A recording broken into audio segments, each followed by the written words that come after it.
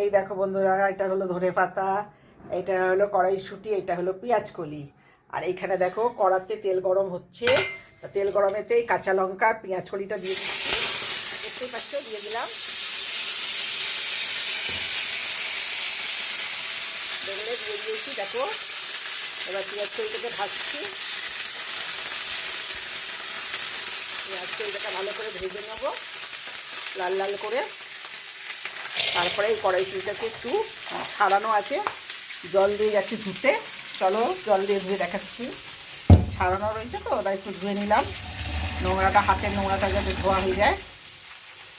কড়াইশুঁটি জল দিয়ে রেখে দেবো, রাখলাম। ততক্ষণ ভাজি পেঁয়াজ কড়িটা, বুঝলে। তারপরে দেবো এই কড়াইশুঁটির সাথেই ধনে পাতাটাও দিয়ে দেবো, দিয়ে ঢাকা দিয়ে দেবো। নিজে নিজে ঘুগনি তৈরি হয়ে যাবে। বলো তো, তোমরা কারা কারা খেতে ভালোবাসো অবশ্য আমাকে জানিও। তবে দেখো, কড়াইশুঁটিটা এখন এই পেঁয়াজ কড়িটা লাল হোক, তারপরে আবার কড়াইশুঁটিটা দেবো, ঠিক আছে। এই যে পেঁয়াজ কড়িটা ভালো করে লাল করে নিই। তারপরে ওর মধ্যে একটু নুন দেবো, একটু হলুদ দেবো, আর কাঁচা লঙ্কা তো দিয়েই দিয়েছি চিড়ে।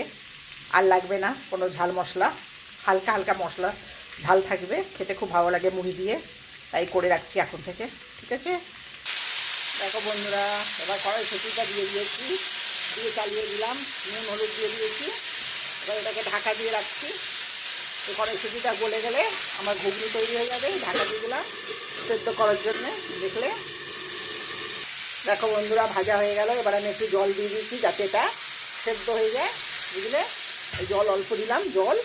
এই জলেতে সেদ্ধ হয়ে গেলে আমার ঘুগনিটা হয়ে যাবে।